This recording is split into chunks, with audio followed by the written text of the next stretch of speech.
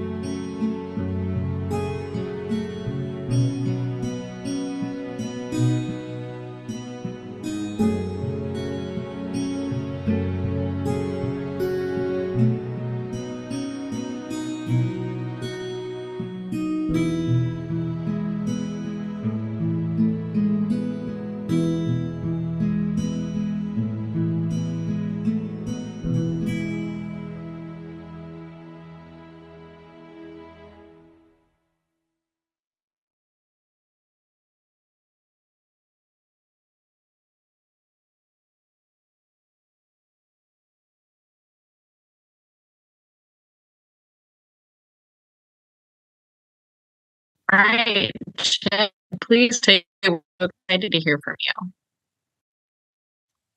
Thank you so much, Madison and Becca, for the gracious invitation to be here this evening. Before I move forward, just want to make sure my connection is okay and I'm coming through. Okay, good. Awesome. Thank you again so much for this chance to share a little bit about the work we're doing with our partners here in Peru. But also we'll speak a little bit about kind of who we are as the Presbyterian Church and kind of how we're engaging some of these issues on a global scale. As you saw in the video, a lot of our work, and I'll share a little bit more later who we are when I speak about who we and our work has been addressing impacts of a global economy.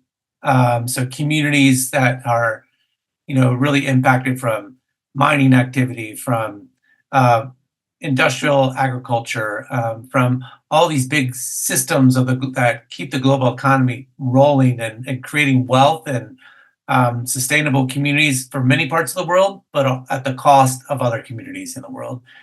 So we're standing with those communities who are impacted in many ways. In this global economy, the impacts are wide and varied, and among them, of course, is the climate change itself, which is a product of this global industrialized world in which we live.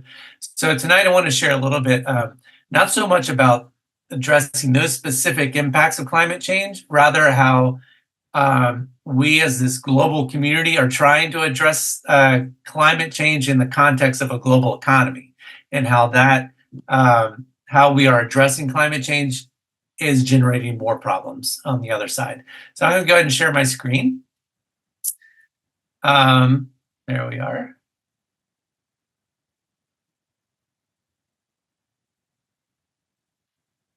So what you're looking at here is a town called La Arroya, Peru, where the Presbyterian Church, along with our partners in Peru, have been present for more than 20 years. This is considered one of the 10 most contaminated places in the entire world. We've done studies showing nearly 99% of the children in this town have severe levels of lead in their blood. And we know that 1,000 square miles of land around La Arroya are contaminated 4 inches deep with cadmium, arsenic, lead, mercury, among other toxic metals. The cause of this particular contamination site is a smelter, a metallurgical smelter that produces 20-some different kinds of metals and alloys, things that are in all the products that we use every day, from our cell phones and computers that we're on right now, to our furniture, to our cars, to all of this industrialized world in which we live. It doesn't just materialize out of thin air. Those materials come from somewhere, and they're produced from in certain ways, and that creates a lot of contamination and other impacts. And so we call this here in La Arroya, we call this a system of death, because nothing lives on those mountains. Those mountain tops were once green, there was life there, and now it's dead. The river that runs through the town is considered a dead river. There's nothing living in that river. And the people in the town, their bodies are contaminated, and some are dying, and many are sick. So we call this a system of death. This here, just a couple miles on the outskirts of the center of La Arroya, is a place called Villa El Sol. And here we refer to this as a system of life.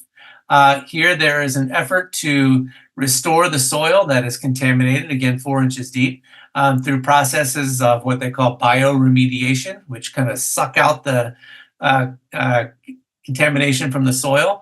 But also the trees here are helping also respond to climate change by keeping water in the soil, so preventing landslides, but ultimately to create a new ecosystem. And already they have seen birds and insects and other wildlife that is not present anywhere else in the surrounding area.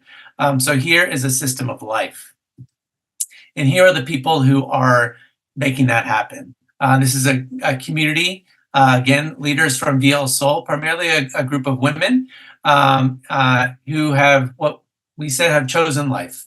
And they are both resisting the contamination that's coming from La Arroya, while they are trying to restore life on the soil in which they live, ultimately, so that soil can bring them food again one day, and also be a place of peace and harmony. And so today, in our work, it is driven by women such as those from VL Sol who are choosing life. And so I want to expound upon that a little bit more. What does it mean to choose life, particularly in this era of the energy transition? So this is what I want to focus on with regard to climate change, that transition from fossil fuels, which generates the energy that we consume, to renewable energies, which that transition is already happening, and will continue to happen on a much faster and larger scale in the years to come. A little bit first about who we are. So I am from the Presbyterian Church, specifically the Presbyterian Hunger Program. And within the Presbyterian Hunger Program, we have an initiative that we call Joining Hands. And this is really an attempt to address issues of poverty and hunger and other injustices beyond the funding of programs or charitable initiatives, and really looking at kind of the systems that are generating these injustices around the world. And so we have campaigns around food sovereignty, around protecting of land, and around resource extraction. And that's my particular focus. So while I'm based in Peru and most of my work is centered on Peru, in recent years, I now also kind of address these issues of resource extraction on a global scales. We have partners in other countries around the world. So my focus is on extractives, particularly mining and fossil fuels. And we always work with partners around the world. So in Peru, our partner is a network. Red means network. So Red Uniendo Manos Peru. So the Joining Hands Network in Peru. And it's a ecumenical network made up of NGOs and churches who of different faiths and certainly different denominations. And they come together from around the country to identify some common themes that they can address together. And in Peru in particular, they have identified the issue of environmental and human health, particularly as it's impacted by the extractive industry. So our well-being as it's impacted by these industries that generate a lot of money and kind of keep the economy rolling. And so our work is always in relationship with partners such as in Peru, but we have similar partners in other parts of the world as well. And driving our partner in Peru is this concept. We can talk about their spirituality. In many ways, is driven by a concept that's developed in South America, which is called Buen Vivir, and which loosely translated means abundant life. And it's kind of rooted in the cosmovision of Quechua and Aymara peoples of the Andes. And it's really rooted in harmonious relationships between all living beings, this diversity of life. And so respecting all of Earth, talking to Earth as our Mother Earth, or they might say Pachamama. But every aspect, the rivers to the trees, the mountains are entities in which we must maintain a harmonious relationship with. And so as part of Buen Vivir is also something of a political, economic kind of philosophy, which would be considered what we call post-extractive. So extractive being the mining, being the fossil fuels. It's kind of looking at the earth as nothing more than a resource that we can just kind of dig up and take stuff from and create wealth, to sustain kind of an industrialized world in which we live. Post-extractive would be moving away from this intensity of mining, and kind of destroying the earth to generate wealth. And it's not the complete elimination of mining, but it's moving away from it towards and really generating more harmonious living with all of life. So that's a philosophy or the spirituality that drives our partners in Peru. And of course, this spirituality has been under attack for hundreds of years, really going back to the conquest from, in this case, from Spain. There's this, the infamous saying from King Ferdinand of Spain, to the conquistadores as they go out into the world, get gold humanely, if possible, but at all costs, get gold. And that was 500 years ago. And so this kind of wave of foreigners, Europeans coming to what is today the Americas to extract whatever they can at whatever cost. And so that conquest, the story is here in Peru is a story of Francisco Pizarro, who was the Spanish conquistador, and Atahualpa, who was one of the Incas, one of the emperors of the Inca Empire. And the legend goes they meet in Cajamarca and the kind of central Andes of Peru, northern central Andes. They greet one another, and after some kind of awkward greetings, Pizarro has Atahualpa held captive. And Atahualpa offers as ransom a room full of gold. Well, gold is exactly why Pizarro was there, and so he takes the gold, and shortly thereafter has Atahualpa executed. And thus begins, what would be 300 years of Spanish occupation in this part of the world. But Pizarro was not alone that day. He had standing beside him a friar. And it was the friar, who would have read what's called El Requerimiento, which was a document that's considered among this group of documents that make up what's called the Doctrine of Discovery. And the El Requerimiento basically was a letter which he read out loud in Spanish. Not Spanish, in Latin, which of course no one understood, but basically saying that we, these Spanish folks, these European folks, have this divine right to take what we have found here, to take this land from the quote unquote pagans. So you can either convert to Jesus, convert to Christianity, or else we're just going to do whatever we want to do because we have that divine right to do it. And so that's kind of the undergirding of kind of Spanish conquest and colonialism, what that looked like. We kind of talk about three axes of that colonization. One, why did they come? They came to get stuff, to extract stuff. They wanted the gold. They wanted the silver. They wanted all the what we call natural resources. They wanted they wanted wealth and to take it back to Europe. And to do that, to help accomplish that, they created a racial hierarchy to suppress the people, oppress the people, ultimately creating participating in the slave trade and creating a slave class, but lower class, but all identified, through terms of this concepts of race. So we have this racial hierarchy to kind of facilitate, stealing all the land and all the resources on it. And with that is the spiritual oppression as well. And literally, churches were built on top of sacred sites. But with that, not just the, removal of the sacred sites, but it was the attempt to remove the spirituality that goes with that living in harmony with all of land, as opposed to seeing the land as, the Spanish seen it as a resource, just an object for the taking, as opposed to, my sister, my brother, my relative, my kin. So all of this sustained by the Doctrine of Discovery. The church permitted this to happen. The church mandated this to happen. Going back to the 15th century documents from the Pope, to various European kings, saying, justifying slavery, justifying the theft of land, and using the Bible to do that as well. And so that becomes kind of the ethos for what happened here starting 500 years ago.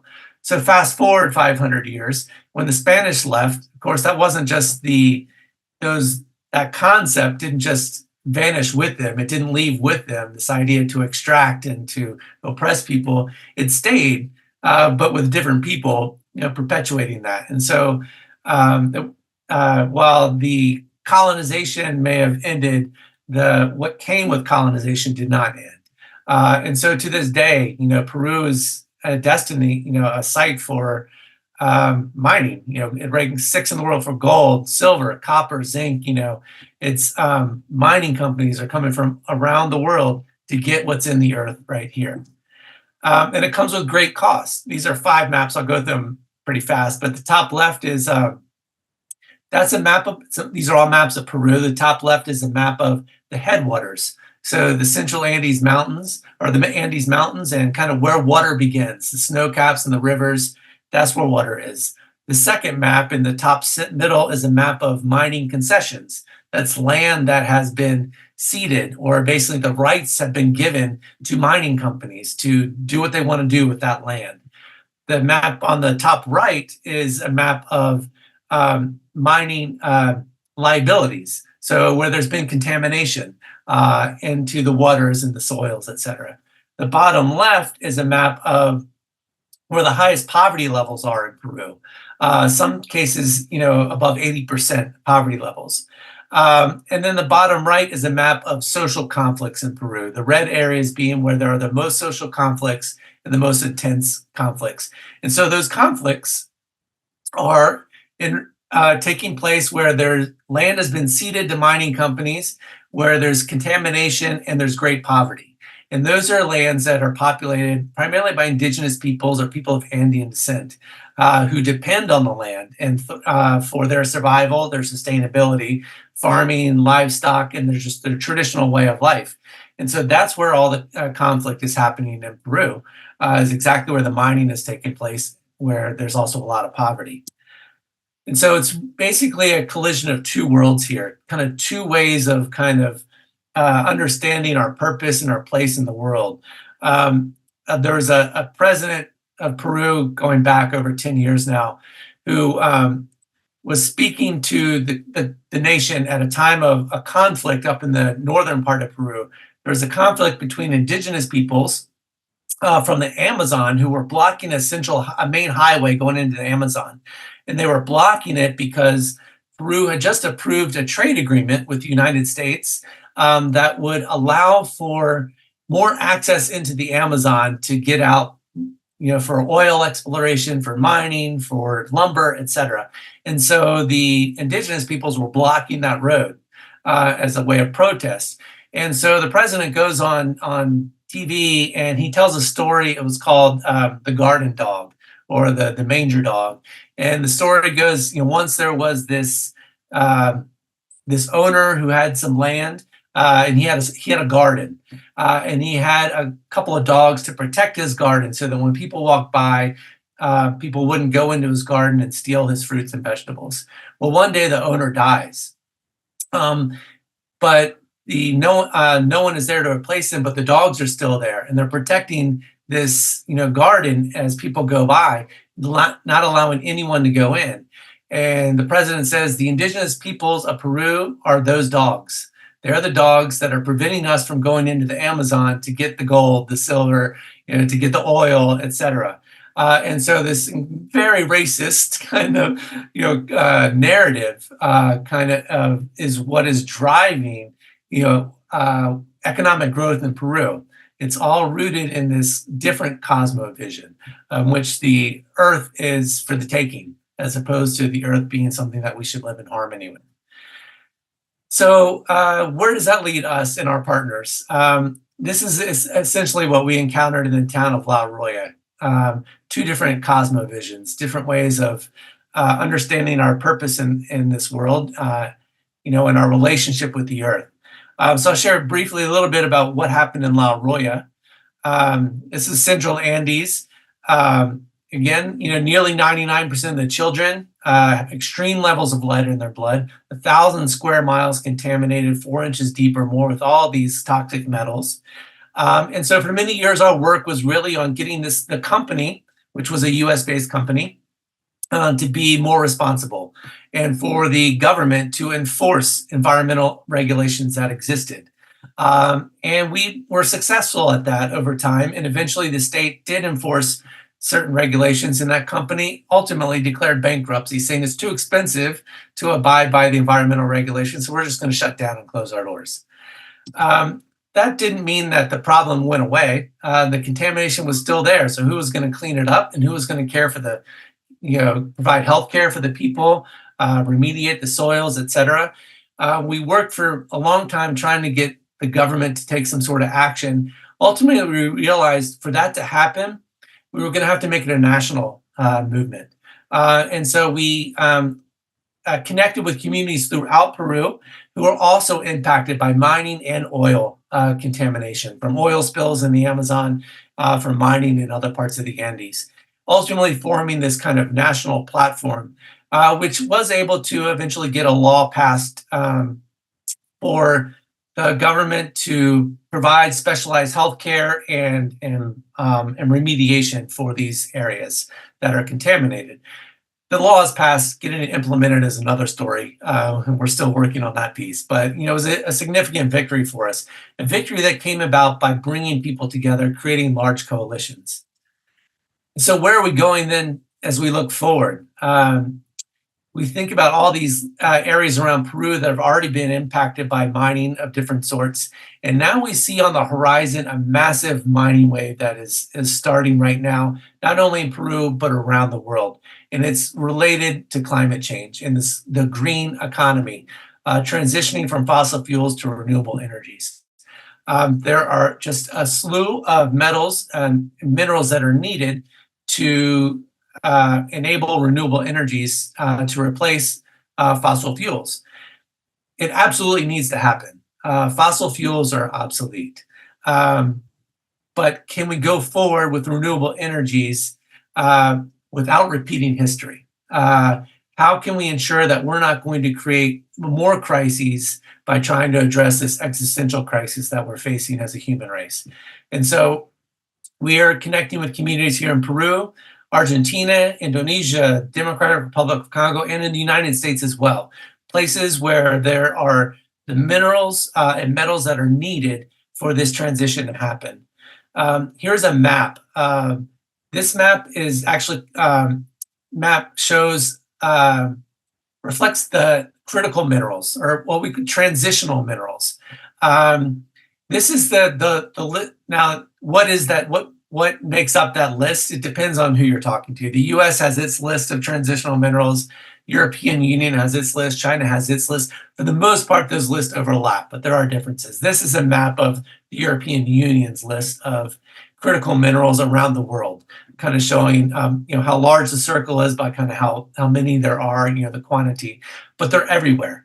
And what we know is that more than 50% of them exist on or right next to indigenous lands around the world. And specifically in the United States, 97% of nickel in the United States, 89% of copper, 79% of lithium, et cetera, are found within 35 miles of Native American reservations. And that's the buffer zone. They kind of create kind of a safe buffer zone in terms of the environmental impact it could have. So this is not an issue just in the global South. It's an issue in the United States as well. So how are we addressing this? Our concern is, of course, the environmental impact on those lands, but even beyond that, beginning with the right of the people living on those lands, the indigenous peoples themselves. And we believe this is, one, it's just the right thing to do. But two, it's also, we have a lot of work to do to address the historical harms we have created as a church, the Christian institution at large over the course of the last 500 years. And while there's a lot of work we have to do in looking at the past, the harms we've done in the past, we have to also be very conscious of not repeating those harms. And so I think it's really necessary that the church takes on this role at this point in history, because this is a monumental point in history when this transition from fossil fuels to renewable energies. It may seem, I think to most people, everyday people, it's kind of something that happens on the back pages of the newspaper. But it's really kind of a massive geopolitical turmoil, which we're in right now, between the United States, the European Union, and China, racing to get these minerals, to control the land on which these minerals exist so they can sustain their economies. The economies that you and I benefit from every day. And so we need to step up and say, wait, slow down. As urgent as this issue is, how can we ensure that in this race to get these minerals, we're not just trampling over other peoples, in particular indigenous peoples? And so from the Presbyterian Church, we've established what we call the Global Solidarity Collective, focused primarily on Presbyterians, but it's open to anyone and everyone, to come together to talk about this global economy. And when we say decolonize it, it's because the global economy today is a product of what started 500 years ago, and we're replicating the harms of the past as we continue to move forward. Part of what we do, it's rooted, again, in that understanding that it's a legacy. The economy today is a legacy of European colonization. And we see that in the activity of extractive industries, foreign companies coming to places like Peru and just tearing it up to take out all these minerals. And we see, trade agreements that facilitate that, big banks that facilitate that. And so we want to be in solidarity with those communities that are impacted by all of that. Part of what we do when we come together is to study, in particular, the doctrine of discovery. So these Christian documents, from hundreds of years ago, how they continue to influence what's happening to this very day, how the economy that sustains us is a product of what the church helped put in motion hundreds of years ago. And then ultimately to come alongside frontline defenders, and particularly those communities that are most impacted around the world and in the United States, to advocate for new laws, ultimately advocate for their rights, but through new laws and regulations, policies, including church policies as well. In some of those advocacy efforts, one in particular that we're stressing this year, in particular in the Presbyterian Church, is the UN Declaration on the rights of Indigenous peoples, and declares that Indigenous peoples have what's called the right to free, prior, and informed consent, meaning any mining activity that is going to happen on their land, they need to have the final word they should have the final yes or no vote, if they say yes, how that activity is going to happen, et cetera. So ensuring that they have the final voice, and that really does not happen. And we look at trade agreements and how they facilitate rights for mining companies above local communities. And right now, we're looking at what are called critical mineral agreements. The United States is negotiating agreements with the European Union, with Japan, with Australia, Indonesia, Argentina, places around the world, because they want to access the minerals in places around the world like Peru, Argentina, et cetera. So basically, how are these agreements that they're setting up that are going to facilitate access to these minerals? How are they going to protect the rights of Indigenous peoples in particular, and best mining practices? So this is my last slide. Then we can go into questions. But ultimately, it's we just want to be a part of growing this beloved kingdom that God wills for all of creation. So understanding our spirituality as one that can be and should be informed by Indigenous spiritualities that we for centuries have tried to suppress. And how can we learn to live in harmony with all of life and all of creation in our daily living, to our national policies, to industries that sustain the very life that enables us to come together on a Zoom conversation like this. So I'll stop right there. And if you have any questions, I'm more than happy to. Jed, thank you so much. We really appreciate it. This is our time for questions. For those of you who are with us live, please feel free to jump in. I can start us off. So I was curious, so within this work of trying to create this post-extractive kind of period and harmonious living, what does your day-to-day work end up looking like, kind of striving for that outcome?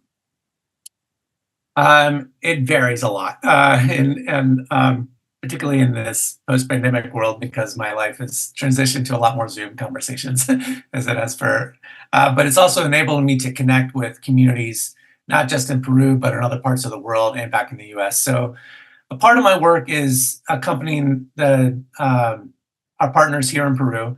That's probably a smaller part of my work than it used to be. And so that may be going up to places like La Arroya.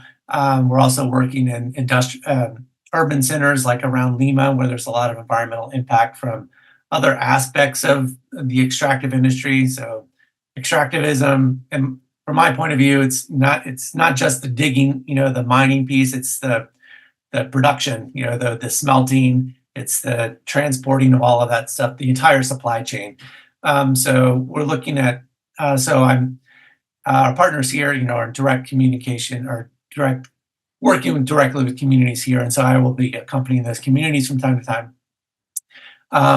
I'm also connecting with communities in places like Democratic Republic of Congo, or other places in Latin America. So I'm always looking to connect with other networks and coalitions. So one other network that I've involved in is a Latin American network of churches in mining, and those are faith-based people from around all of Latin America who are looking specifically to accompany indigenous or communities, and primarily indigenous communities impacted by mining.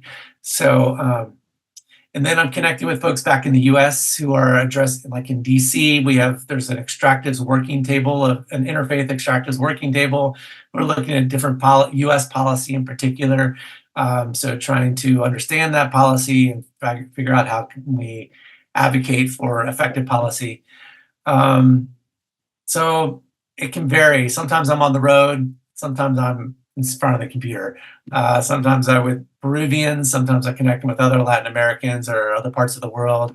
Or sometimes I'm really focused on the Presbyterian Church and folks in the U.S. So that's my day-to-day. It's hard to predict, but kind of all over the map. I heard you say at one point that your work in your work you come alongside the indigenous people, and sort of a big part of your strategy is sort of empowering other people to do the work that needs to be done to find their voice, or however you would characterize that. But I'm curious about that part, because I think that's something that even like the most well-intentioned Western or like global North missionaries struggle with, is how to do that effectively. And so, I think especially, I can think of lots of people who are like interested in being helpful, but maybe hold back on what we think of as traditional mission work, because we don't want to be seen as, as perpetuating that sort of colonialism that you were talking about earlier. So what would your advice be to people who find themselves in that predicament? It's such a good question and so difficult. I try to remind myself every day what it means to be from the U.S. And in particular to be a white man from the U.S. living in a country where I am effectively a minority, but a minority with immense power and privilege. Just my showing up in a room can change a dynamic. Unintentionally, I can just be sitting in the corner, and that can change the dynamic of conversations in the room. So I go where I'm invited. I think, we begin with, we do have, as a church, we have partners in the world. We have historical partners that are often denominations, and we develop other relationships over the course of time. So we begin with those relationships that we already have in place and enter them humbly and go where we are invited to go. I think we also,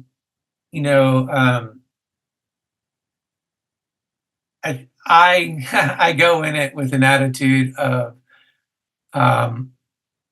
being mindful of, I think, some of the historical harms that we have perpetuated in the world as a church, but also as a country, and as part of a global economic system, and yet not wanting to force that analysis or that lens upon a community. There are some indigenous communities who want the mining activity, and so that may not be the answer I want to hear. That may go against the narrative I've created. The narrative that I share in places like this. And so ultimately, I think that's probably why some of our work this year is kind of focused on this free, prior, and informed consent, where the idea is whatever happens, make sure the indigenous people have the final voice. And if they want to have a mining camp in their backyard, then that's their decision. As long as they have all the information, regarding what that entails, we're not withholding anything. They can make that decision for themselves, and also recognizing that not only one Indigenous community may differ from another. Within a community, there may be a lot of conflict, and that's not my conflict to resolve or to facilitate.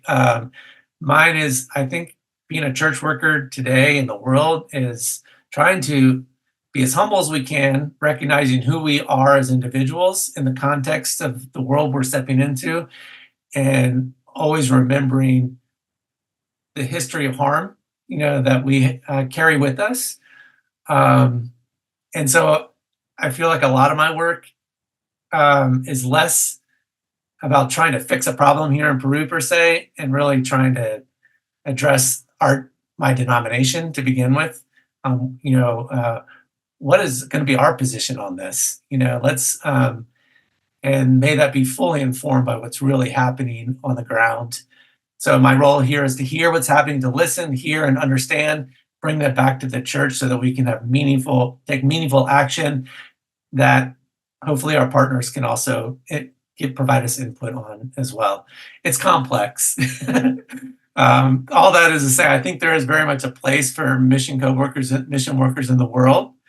But I think it's changed over time, and it's nuanced perhaps from place to place. But above all, it's just being mindful of who we are and from where we come. Thank you, Jed, for that. That was really beautifully put. So I'm curious, you talked about, you're working with these frontline communities. I'm just curious if you could tell us a little bit more about maybe a few of these communities that you work with, and how they're choosing, making specific choices or actions towards harmonious living. And then also, how do those meaningful actions relate, or maybe even call to action our U.S. audience? Yeah, I think the community that I have the most intimate and longest history with would be the community in La Arroya. And the folks that we work with in La Arroya, I mean, to be really clear, it's within La Arroya, they've faced a lot of opposition from other folks in La Arroya. I mean, it's a case where there was this smelter that, as much contamination that it generated, it also generated a lot of money, and it created this false dichotomy of, for the people, having to choose between putting food on your table or breathing clean air, which no one should have to make that choice. You should have both. But we stood with the folks who also said that, who said, no, you should have both. And for them, to work with them, to stand literally side by side with them, at moments it's dangerous work. But I know what fed them and moved them, what was critical for many of them, was not only resisting, the impact of the smelter and the company and the policy of the state, et cetera, but also actively engaging in the daily work of trying to restore their land. And so they, by their own initiative, began this reforestation work. And that work was so literally grounding, but so spiritually impactful, because it takes a tremendous toll when you're constantly fighting against these massive powers, and taking baby steps and then getting thrust back, and then it's just very difficult, dangerous work. To be able to know that you're participating in something that's life-giving. And that work that they did around, and are still doing around, reforestation, that was the inspiration actually for the Presbyterian Church to create the Presbyterian Tree Fund, because there was a number of Presbyterians coming down to visit, to stand in solidarity, with the folks in La Arroya. But one day it was said in jest, all these folks who care so much about the environment, they're emitting all these, their flight down here is emitting all these, carbon emissions, are they, taking that into consideration, and it was said in jest, but it was also many a truth is said in jest. And so we thought, yeah, we really should hold ourselves more accountable for how we travel, and so this, that work in La Arroya, generated the idea of let's create a fund in which, so the Presbyterian Mission Agency dedicates a certain percentage of its budget to this fund every year that takes into account all the travel we do in the world and our carbon emissions. And then that fund then goes to help finance tree planting and other carbon sequestration projects around the world. So that's kind of just a way in which, the real daily work, the literally getting your hands dirty work of communities here is inspiring, the church in the U.S. to change, to reflect on its own, hold itself accountable. So that's one example.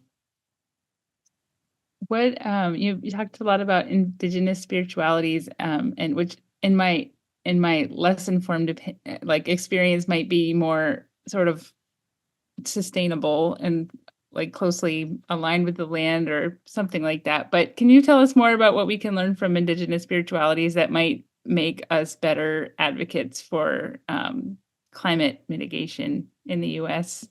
There's a tremendous amount to learn, and in many ways, I feel awkward kind of trying to even explain what indigenous. Here's this white guy trying to explain what indigenous spirituality is, because there's indigenous spiritualities. First of all, I think you can find some common threads, which it's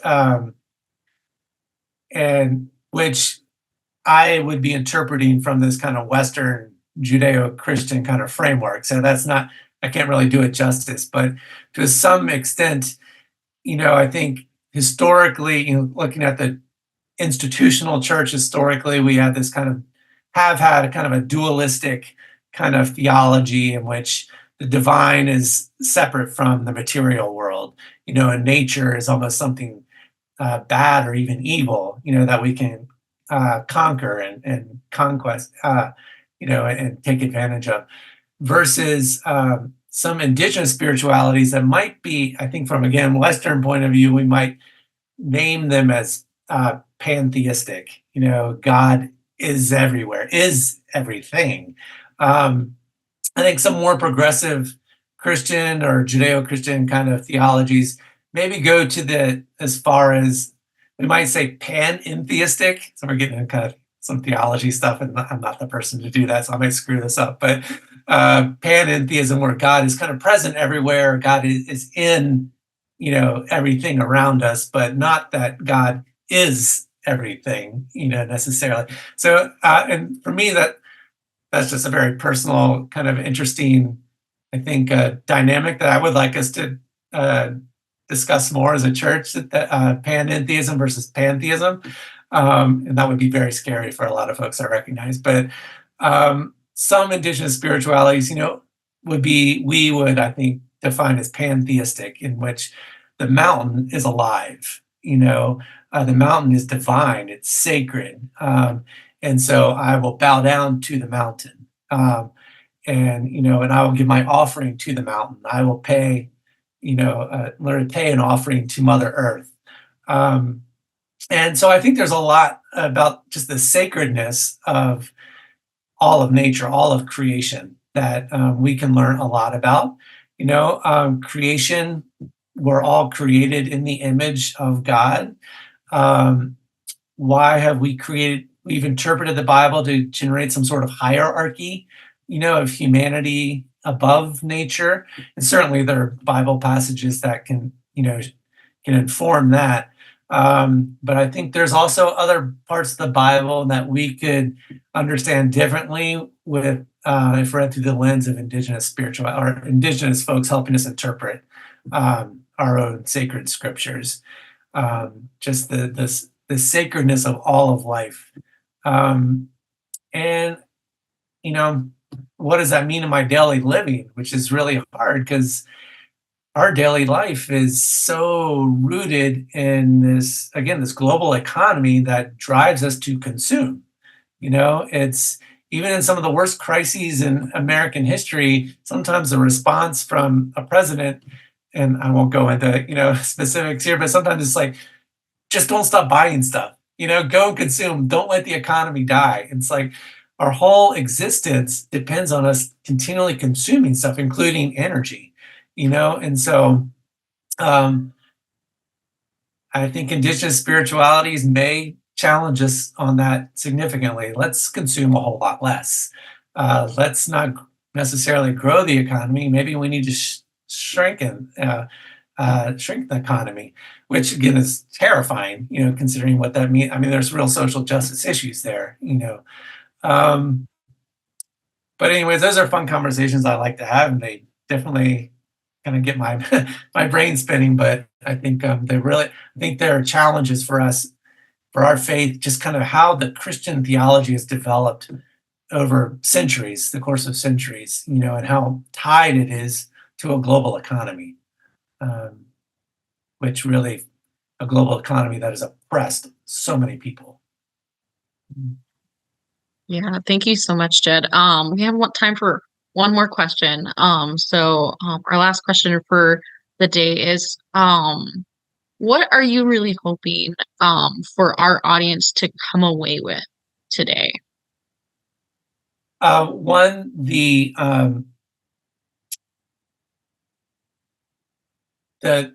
urgent need to transition to renewable energies, as urgent as it is, it's fraught with a lot of problems. And we have to take those very seriously. Otherwise, we are at risk of furthering a lot of harms we've already generated, for the course of time, repeating harms. So just that simple piece of knowledge, we're treading down a very dangerous path right now if we don't take this transition very, very seriously.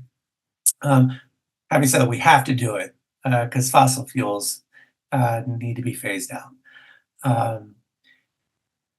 Two, I would say, without directing folks to specific advocacy pieces, because it is a little complex, I would say probably the most related, probably a starting point would be to understand the concept of free, prior, and informed consent. I think for Indigenous peoples, I think that's a first step at some work that we can do towards the recognizing and ultimately, recognizing and respecting of Indigenous sovereignty, and which is kind of, probably the original sin of Christian missions is taking away the sovereignty of Indigenous peoples, and so we need to undo that.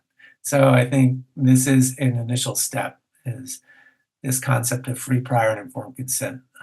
So those two things, I think, as kind of, how that relates to doctrine of discovery. So go back and learn some more, study some more about doctrine of discovery, free, prior, and informed consent of Indigenous peoples. But the notion that this energy transition is fraught with a lot of problems. It's necessary, but it's fraught with a lot of problems.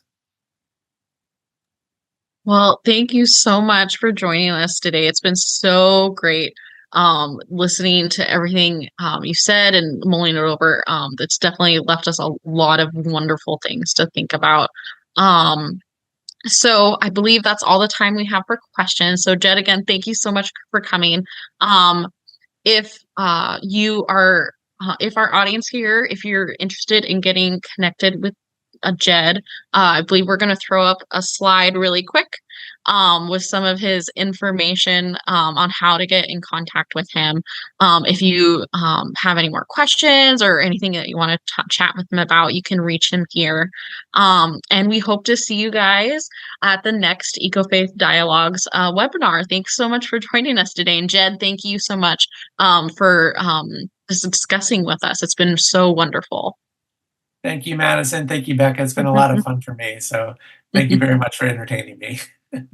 Thanks. All right. We'll see you all next time. All right. Bye-bye.